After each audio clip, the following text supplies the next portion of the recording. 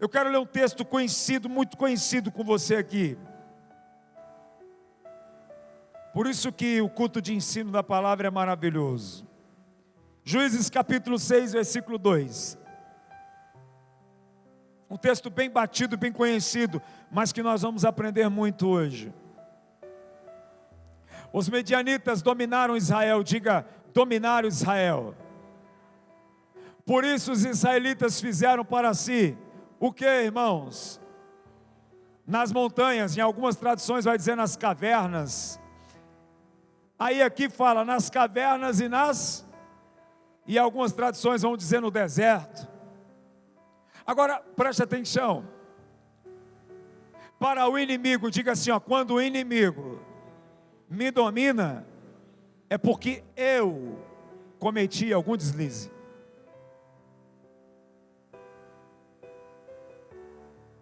Porque em Cristo Jesus, diga em Cristo Jesus, quem domina o diabo somos nós.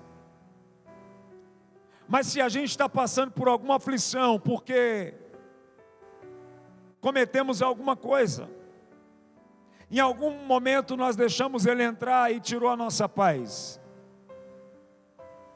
Aqui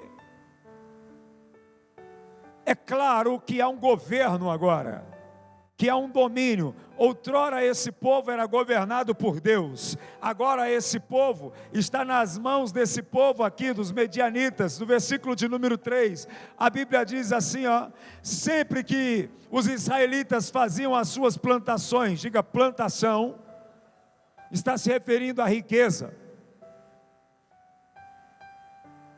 Todas as vezes que esse povo se movia para ficar rico, para prosperar, os medianitas, os amalequitas e os outros povos da região, a leste deles, o que eles faziam?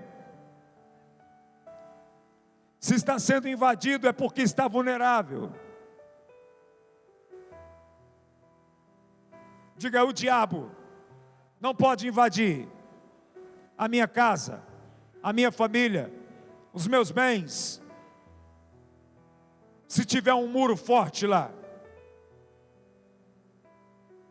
Agora o texto diz que todas as vezes, diga todas as vezes, você já se sentiu assim? Todas as vezes que você tenta levantar, todas as vezes que você tenta recomeçar, todas as vezes que você tenta recomeçar de novo, que você começa a plantar de novo, que você começa a ter uma expectativa de futuro de novo, de repente um enviado do diabo chega, entra e devasta tudo.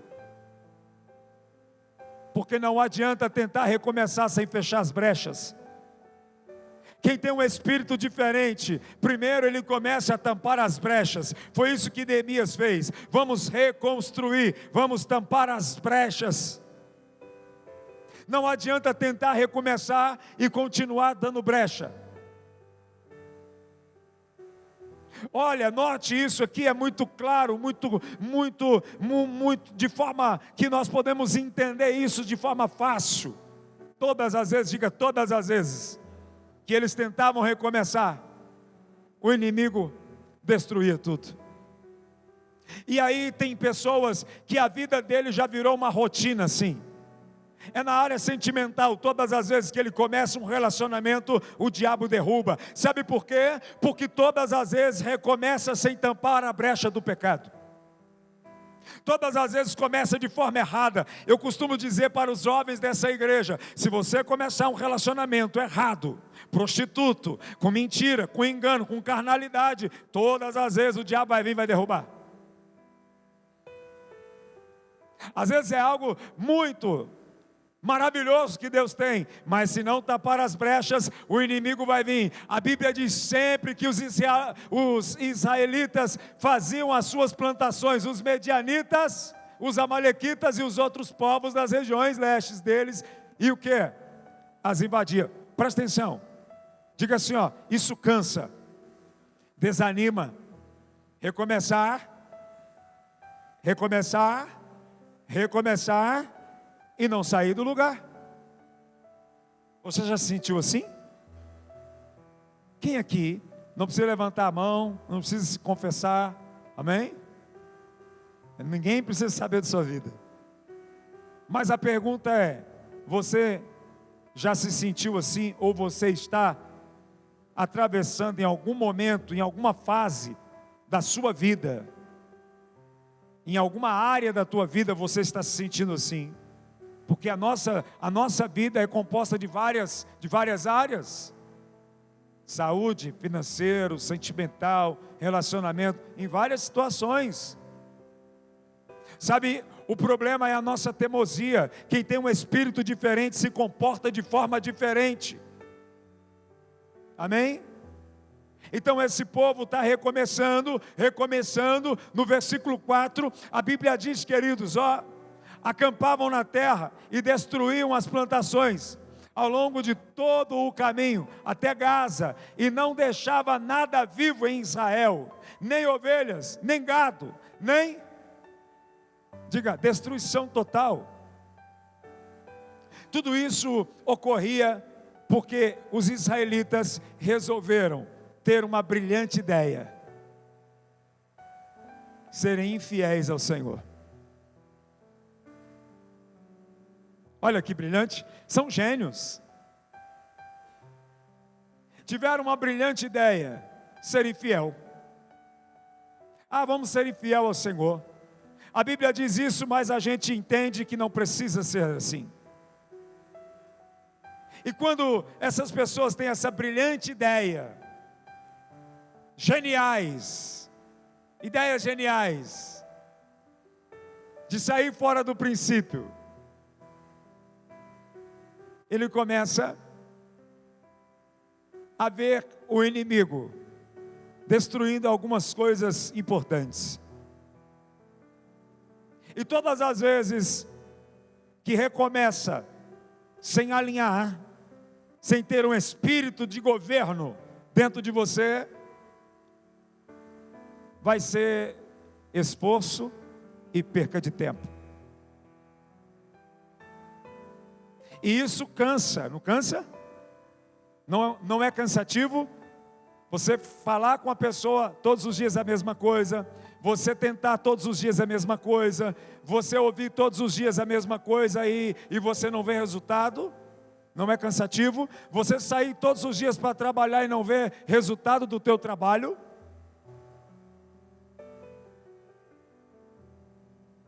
Se a palavra do Senhor nos garante bênção, nós precisamos alinhar, tapar as brechas. Diga, tapar as brechas. Mas nós achamos, tem momentos que nós pensamos que nós somos mais sábios do que Deus, que a gente consegue viver sem Deus. E a gente demonstra isso com o nosso comportamento. Às vezes a gente nem fala isso, mas o nosso comportamento mostra para o mundo espiritual que nós estamos independentes. E nós não podemos ser independentes de Deus. Nós temos que ser dependentes de Deus. Só aqueles que têm um espírito diferente vão conseguir ser obedientes. A Bíblia é clara, queridos, aqui no versículo 5, a Bíblia diz: eles subiam, trazendo o seu gado às suas tendas, e vinham como enxames de gafanhotos, e era impossível contar os homens e os seus camelos. Invadiam o quê? A terra para devastá-lo. Agora, que tristeza é você chegar em algo que você trabalhou, que você construiu, que você suou a camisa, que você passou horas, dias, noites, empenhando, trabalhando, toda a sua energia, e aí de repente você chega e está tudo destruído. Eu fiquei pensando, qual é o sentimento dessas pessoas? Elas ficavam tristes, eu acho, porque todas as vezes eles faziam isso. Agora, preste atenção em uma coisa, nós não podemos deixar passar isso aqui. Ninguém planta e amanhã já está grande a lavoura, não é? Então imagina, eles plantavam, eles cultivavam, eles cuidavam, e aí eles começavam a ver resultados.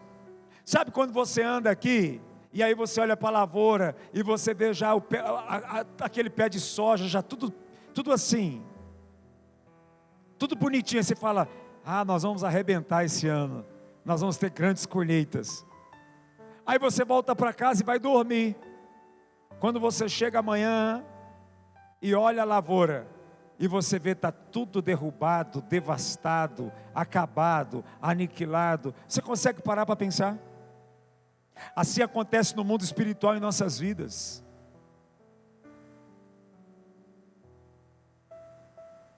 E a gente insiste em não retomar a rota. Então vai ser um esforço. Tem gente se esforçando muito, se cansando e não está vendo resultado, até está vendo um sinal de algo, mas daqui a pouco parece que tudo anda para trás. Está faltando alinhamento, ajuste, obediência, porque era o que acontecia aqui. Sabe quando você pensa que está dando tudo certo, aí você faz um movimento ali, aí você fala, puxa vida, eu pensei que ia ficar bom, até é pior, porque está faltando um espírito de governo dentro de você, que é o Espírito Santo, que é a igreja na dependência do Espírito. Esses homens, eles tinham esse espírito diferente que governava eles. Por que diferente? Porque naquele tempo o Espírito Santo não estava em todos, estava em alguns. Amém? Então, olha o que acontece aqui no versículo 6. Por causa de Midian, Israel, o que aconteceu com Israel? Vamos ler isso bem alto no 3, 1, 2, 3.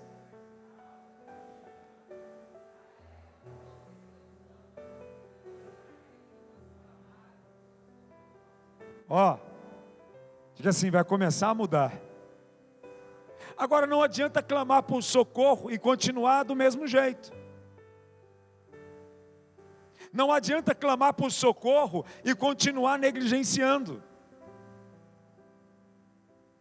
Não adianta clamar por socorro por uma situação que está acontecendo, que você já viu que se você não tomar juízo, vai acabar tudo. De tempo em tempo Israel plantava e não colhia. Diga, plantava e não colhia. Aí agora eles se cansaram, apóstola Milena, se cansaram. E quando o povo se cansa, o que eles fazem? Chega, só Deus para resolver isso. Só Deus, diga só Deus. Só que quando eu entrego para Deus uma questão, uma situação, eu preciso agora ser obediente, dominado por este espírito e me tornar um homem ou uma mulher de um espírito de obediência. Eles clamaram, e todas as vezes que nós nos movimentamos em direção ao Senhor, Ele para nos ouvir. Ele para resolver o nosso problema. Só que não adianta só clamar. Diga, não adianta só clamar. A Bíblia diz aqui no versículo 7, a Bíblia diz, quando os israelitas clamaram ao Senhor por causa, versículo 8, a Bíblia diz, Ele o quê? Ele lhes enviou pronto, diga profeta, diga um homem de alinhamento, diga um profeta. Quando um profeta chega, você já sabe o que acontece? Eu já estou ensinando você sobre isso há muito tempo. Profeta vem para aprontar caminho, diga caminho. Diga, mas o caminho não pode ser percorrido no pecado. Então o profeta vem, ele aponta o caminho, ele resolve o problema, mas ele também te alinha. Ele te corrige. O profeta, ele vem para corrigir. Assim diz o Deus de Israel. tirei vocês do Egito, da terra. Primeira coisa, restaurar a identidade, lembrar quem era você, porque tem gente que se esquece de quem era no passado. O que esse povo era no passado? Escravo. Diga assim, ó, no passado, eu era escravo de alguma coisa. Ou era escravo da miséria, escravo da pobreza, ou eu era escravo da prostituição, ou eu era escravo de algum vício. Nós éramos escravos, dominados por alguma coisa. Então o profeta agora já chega dizendo assim, diz o Senhor: eu quero lembrar vocês quem vocês eram, quem vocês se tornou e o que vocês estão se tornando por conta da sua desobediência. Sabe o que é isso aqui? Vocês eram escravos e vocês querem voltar a ser escravo? Diga: Deus me livre. Diga: Senhor, fala, que o teu servo ouve. Amém? Então o profeta chega. Agora, quem chamou, quem clamou pelo profeta? Foi o povo. Quantas vezes você já saiu de casa e falou assim: Deus, usa aquele cara para falar comigo hoje, usa aquele doido lá, eu quero que fale comigo pela palavra, Deus. E aí o profeta, você pediu, o profeta fala na palavra e você sai às vezes até revoltado. Não, porque não era assim também. É porque quando você pede socorro, o socorro vem, e muitas vezes o socorro vem não para te agradar, mas para resolver o problema, e muitas vezes para resolver o problema, vai te corrigir, vai te apertar, vai falar coisas que você não quer ouvir, não é? Não tem jeito, não adianta ficar chateado. Sabe quando você chega, muitas vezes eu cheguei para conversar com a minha mãe: mãe, sabe o que é? E aí ela já vinha: eu sei, é isso. Aí a gente quer ouvir? Não, eu só queria que você me desse os R$100. Eu não queria que você falasse nada para mim. Porque a gente é assim, a gente quer o socorro, mas a gente não quer ouvir. É porque se for para ajudar, para humilhar, então nem ajuda. Não é assim não? Não é assim o nosso comportamento, gente? Porque quando você está na pior, aí você fala assim: ai meu Deus, não tem mais para onde correr, eu vou correr naquela porta. Aí você chega lá, você sabe que só aquela pessoa pode fazer algo para você, mas antes de fazer algo por você, primeiro ele te coloca sentado e fala um monte. Aí você fala assim: ah, mas vai humilhar? Se for para me ajudar para fazer assim? Não, você não pediu ajuda? Porque a ajuda não é só te dar aquilo que você quer naquela hora. A ajuda é falar para você o porquê que você chegou naquela situação. Porque a melhor ajuda é aquele que te abre os olhos, é aquele que te fala a verdade, é aquele que fala: ei, baixa a bola, você está arrogante, ei, baixa a bola, você está ignorante, ei, baixa a bola porque você está soberbo, ei, lembra que antigamente você era escravo. Então entenda uma coisa. Por isso tem pessoas que estão assim, ó, recomeça e cai, recomeça e cai. Isso não é a vontade de Deus. A vontade de Deus é que você recomece e tampe as brechas, para que você não volte a cair no mesmo erro. Eles plantavam e não colhiam, plantavam e continuam na mesma miséria. Sabe aquela sensação todo dia, entra ano, sai ano, entra janeiro, sai janeiro, e eu estou trabalhando, e estou remando, e estou remando, e estou remando. Aí tem gente que eu acho engraçado, ele fala assim: apóstolo, eu não sei o que acontece com a minha vida, que não sai disso. Aí dá vontade de falar assim: eu sei, mas eu não posso falar. Porque tem pessoas que não estão preparadas para ouvir. Porque tem gente que quer desabafar, ele não pediu socorro. Entende? Aqui, ó, vai acontecer algo sobrenatural. Versículo 9. Vamos começar aqui. Eu os livrei do poder do Egito e das mãos de todos os seus opressores. E os que? Expulsei e dei a vocês o que? Então por que eles tomaram o governo de novo?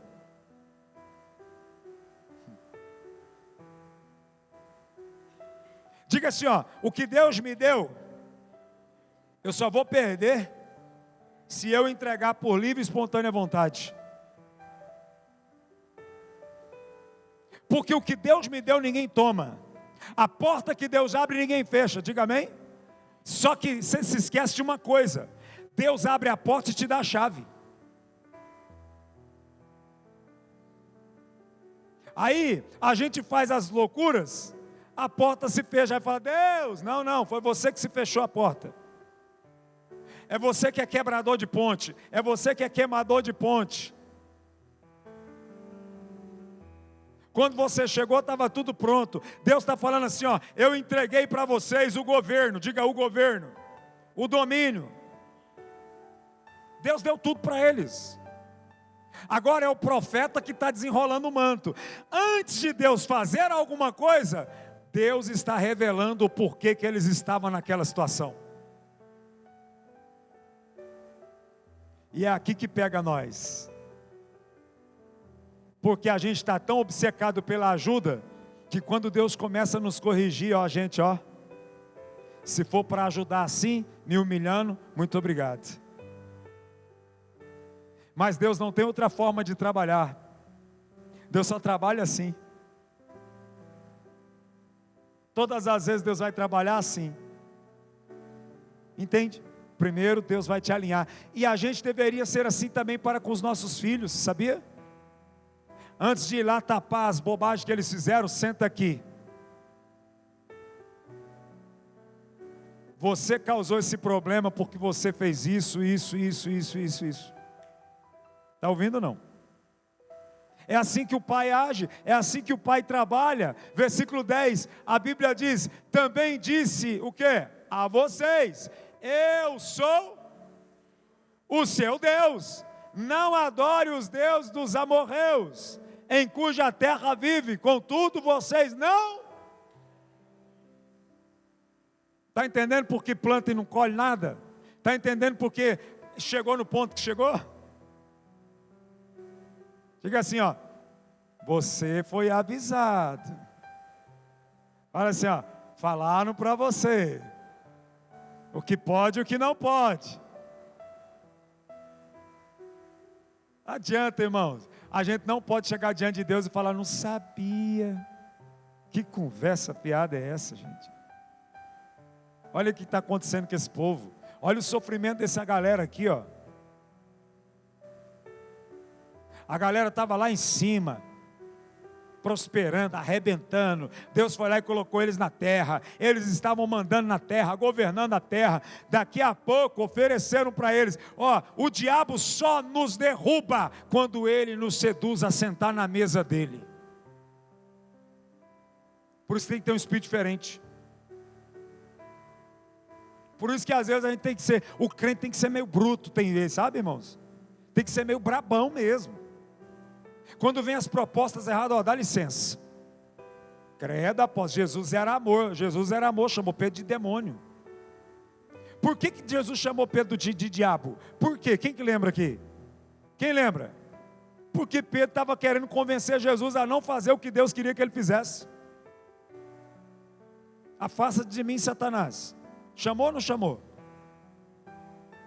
Tudo que é contrário àquilo que Deus te ensinou para você crescer, prosperar, ser bem sucedido, ter uma boa família, filhos abençoados, como está escrito na Bíblia, você tem que ser brabo. Não quero aqui na minha casa. Não quero e não quero. Aí eles clamaram por socorro, não pediram socorro? A conversa está rolando já tem um tempo, não está? Tem ou não tem? Está rolando faz tempo a conversa. A situação está a mesma. É assim a nossa vida também. Irmãos, a gente está lá em cima, a gente faz as cacas, aí acaba tudo. Daqui a pouco a gente vem e quer que Deus faz tudo de novo rapidamente. Não. A Bíblia diz que primeiro nós temos que nos lembrar onde nós caímos. Arrepender, voltar lá, consertar e começar. Mas consertar agora com consciência. Diga glória a Deus. É isso. Retomar rota, fazer tudo diferente. Porque Deus é amor, sim. Deus perdoa, sim. Mas não adianta Deus perdoar hoje e amanhã eu tenho que estar pedindo perdão pelo mesmo pecado.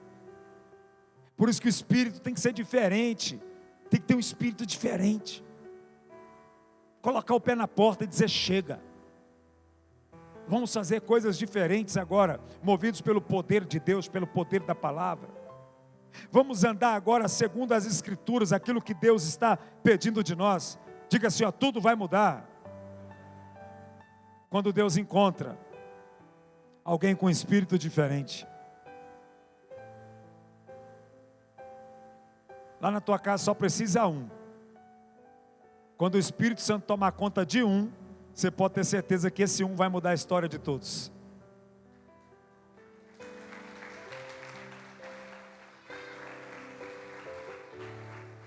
Ah, porque agora só eu sozinho, essa mulher não vai, apóstolo. Deus só precisa de você. Se você se levantar com fúria, com força, com espírito diferente, Deus vai olhar para você e falar assim: achei o que eu precisava.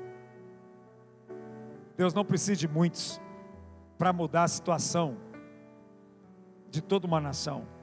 Deus precisa de alguém que tenha coragem. Só uma pessoa. E no meio desse povo tinha uma pessoa. E eu quero falar dessa pessoa agora no versículo 11. Versículo 11. Então o anjo do Senhor veio e se assentou-se debaixo de um carvalho de Ofra, que pertencia a Abiezerita Joás. O que ele está falando aqui, irmãos? Gideão, filho, estava fazendo o quê? Malhando trigo em um tanque de prensar uvas. Para o quê? O que ele estava fazendo? Algo que ninguém estava fazendo. Olha para o teu irmão e fala assim: parabéns, você veio fazer algo pela sua família que talvez ninguém está fazendo. Não estava todo mundo escondido, com medo? Estava ou não? Estava todo mundo com medo? Estava todo mundo escondido? Esse rapaz aqui, ele se achava pequeno, ele tinha medo, mas ele não estava fazendo algo diferente. Aqui está a virada, irmãos.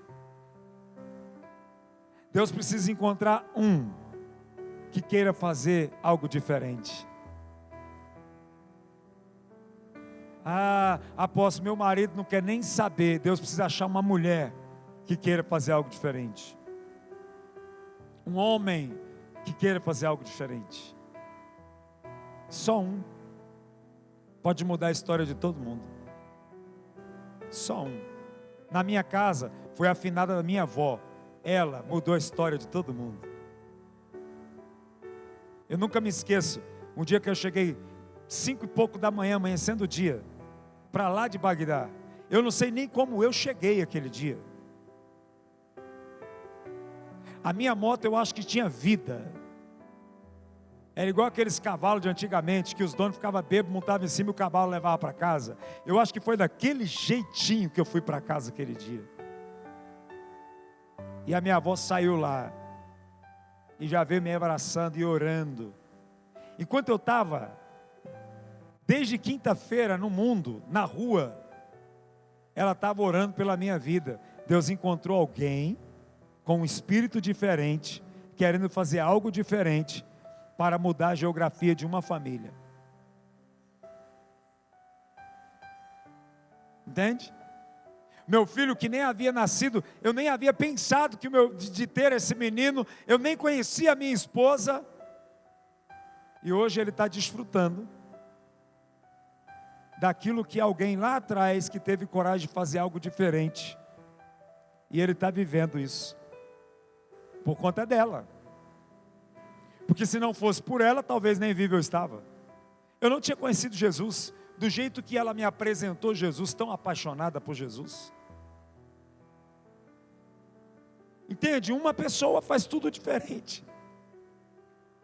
Faz acontecer, porque Deus precisava desse cara. Versículo 12, Deus precisava desse homem aqui. Então o anjo do Senhor apareceu a Gideão e lhes disse: o Senhor está com você, poderoso guerreiro. Diga assim, ó: Deus não reconhece um guerreiro porque está vestido com a armadura de guerreiro, que carrega um escudo de guerreiro, uma espada de guerreiro. Deus reconhece um guerreiro que entrega a sua própria vida por um propósito. Está entendendo ou não? Deus reconhece um guerreiro. Você é um guerreiro. Você é um varão, uma varoa valorosa. Porque hoje você decidiu fazer algo diferente pelo teu casamento, pela tua família, pelos teus filhos. Enquanto estava todo mundo escondido, tinha alguém fazendo algo diferente. Nós, igreja, precisamos voltar a fazer algo diferente. Sair do comodismo. Sair do automático. Ora para nós. Ora lá, pastor. Ora para nós. Ora para nós. Não, vamos orar juntos. Vamos aprender juntos. Vamos malhar o trigo juntos. Vamos enfrentar o problema juntos. Esse homem tinha um espírito diferente. Ele estava fazendo coisas que ninguém estava fazendo. Queridos, a Bíblia vai dizer que através deste, o Senhor libertou todo Israel. Fala, através de mim, toda a história da minha família, dos meus descendentes, vai ser mudada. Até aqueles que não nasceram ainda, eles já vão nascer debaixo desta bênção que você está construindo. Lá na frente eles vão falar assim, ó: eu tenho tudo o que eu tenho e eu sou o que eu sou, porque alguém lá atrás da minha casa resolveu fazer algo diferente. Estou falando da minha avó que nem está conosco mais na terra. Ela fez tudo diferente. Ela resolveu deixar de ser benzedeira. Ela resolveu deixar de orar por arca caída. Ela resolveu deixar a religião dela, as coisas que ela era apegada, por Jesus. Uma pessoa pode fazer toda a diferença. Você pode fazer a diferença. Seus filhos hoje nem estão entendendo, mas você já está fazendo a diferença no mundo espiritual para eles, para quem se casar com eles, para quem constituir família com eles. Você já está pavimentando. Esse homem tinha um espírito diferente, embora ele olhasse para ele e não achasse tudo isso. Você não precisa achar que você é alguma coisa, desde que Deus olhe para você e encontre alguma coisa em você. É isso. Deus olha para mim, eu não preciso olhar para mim e achar que eu sou. Eu preciso fazer algo para que Deus olhe para mim e fale: é você. É você que eu quero. É você que eu vou usar para fazer algo diferente no meio dessa geração. É esse espírito diferente que nós temos que ter. Mesmo este menino, ele não crendo nele mesmo, Deus está falando para ele constantemente: varão valoroso, você é forte. Sabe por quê? Só porque Deus viu ele fazendo algo diferente. Irmãos, a gente temos que andar na contramão das coisas terrenas. Simples. Você tem que começar a fazer. Enquanto todo mundo está indo para uma direção, você está indo para outra. Não se importa com o que vão falar. Não se importa se vão te chamar de bobo, se vão te chamar de... Não se importa. Cumpre o propósito estabelecido.